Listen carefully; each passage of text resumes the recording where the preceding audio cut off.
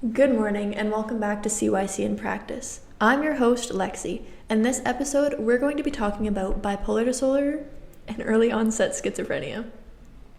Before we start, if you or anyone you know is experiencing a mental health crisis and needs someone to talk to, please reach out to the CMHA helpline at 613-741-6433.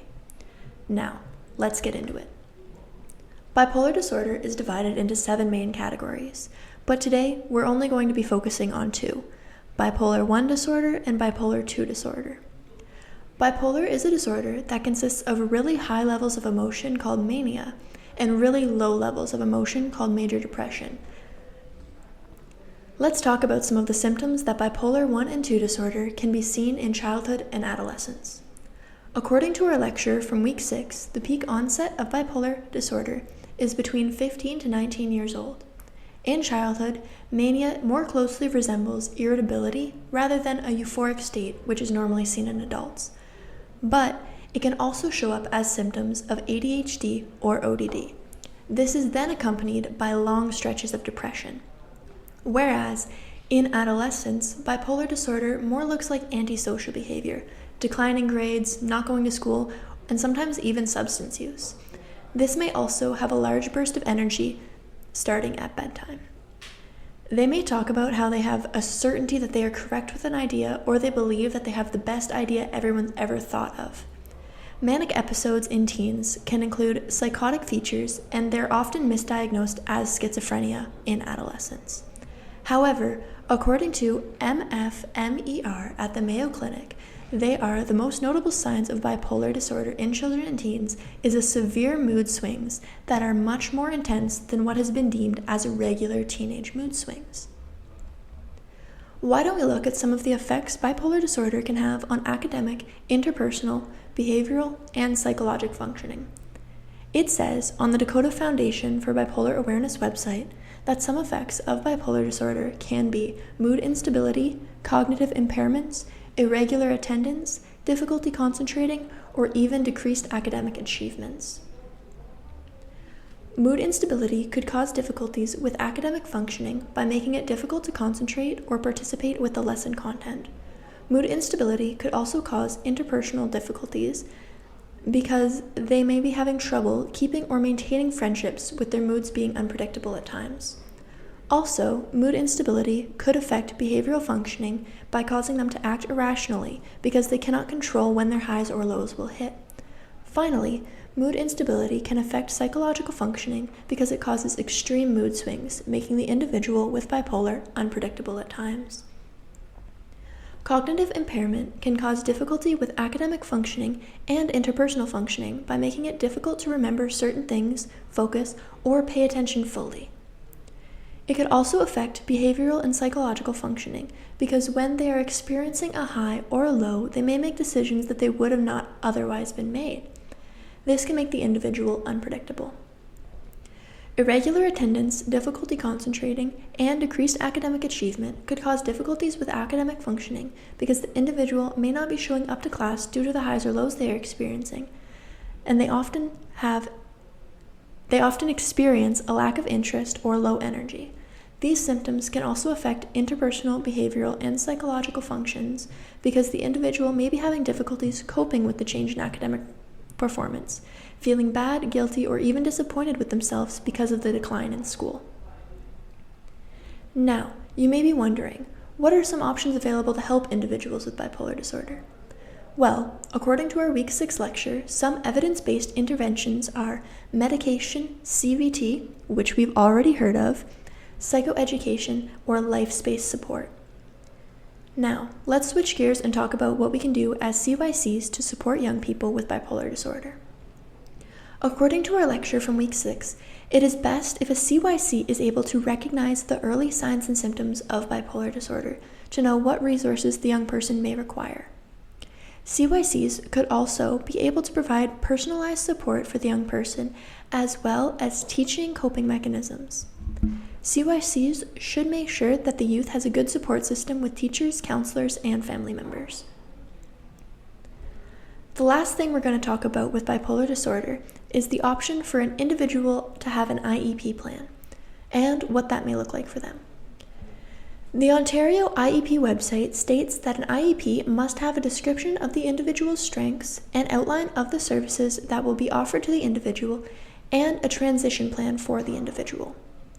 According to the International Bipolar Foundation, individuals with bipolar may not need or want an IEP, but having the option for one may be reassuring to them while figuring out their medications or mood swings. Individuals may want or need modifications to have the content delivered to them, how much time they spend in a classroom, or if they get preferred seating, just to name a few.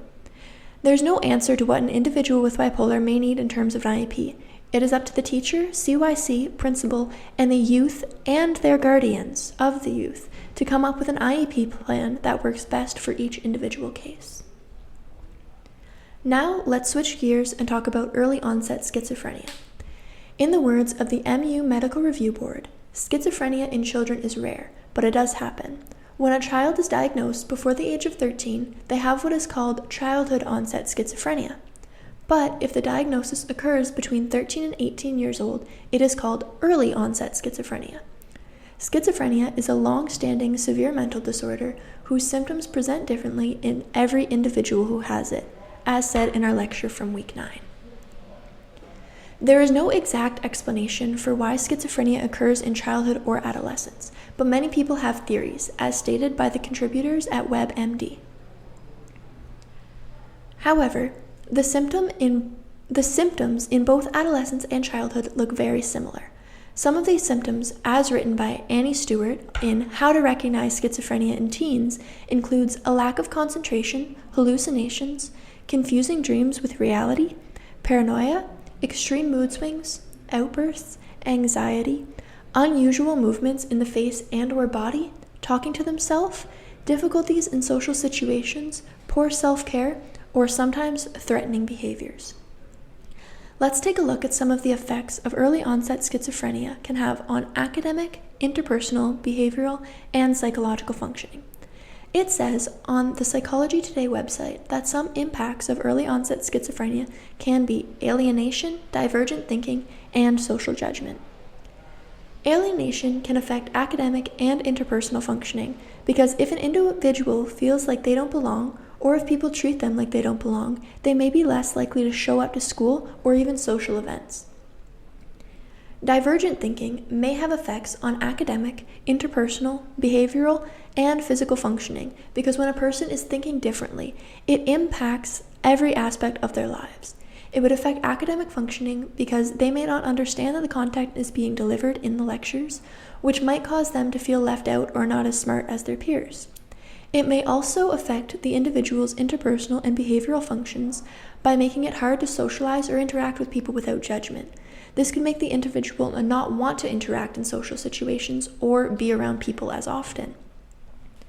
Social judgment could affect academic, interpersonal, behavioral, or psychological functions because the individual may not want to be in social situations or interact with others because they don't want to be made to feel like they are judged or different. This could affect their academic functioning because if they don't want to feel judged, they may avoid school, which could cause their grades to drop. Now, you may be wondering, what are some options available to help individuals with early onset schizophrenia? According to the Department of the Clinic and Experimental Science, Cognitive Remediation, Metacognition Training, Social Skills Training, CBT for Psychosis, or physical exercise with lifestyle interventions may help an individual with early onset schizophrenia. Now, let's switch gears and talk about what we can do as CYCs to support young people with early onset schizophrenia. According to our Week 9 lecture, CYC should be able to differentiate between the positive and negative symptoms of schizophrenia.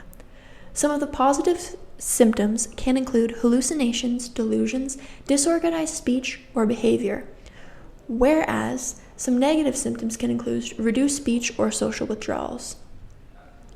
The last thing we're going to talk about with early onset schizophrenia is the option for the individual to have an IEP plan and what that may look like for them. According to the HU Medical Board, an IEP plan for individuals with schizophrenia is normally called a 504 plan, which is more generic than an IE plan but works kind of the same. This plan would help the individual with schizophrenia by helping the staff who work with the student better understand what the individual needs in day-to-day activities, but it would also help the student have better opportunities to learn in a way that works for them. Once again, if you or anyone you know is experiencing a mental health crisis or needs someone to talk to, please reach out to the CMHA helpline at 613-741-6433. Thank you for joining us today to learn about bipolar disorder and early onset schizophrenia.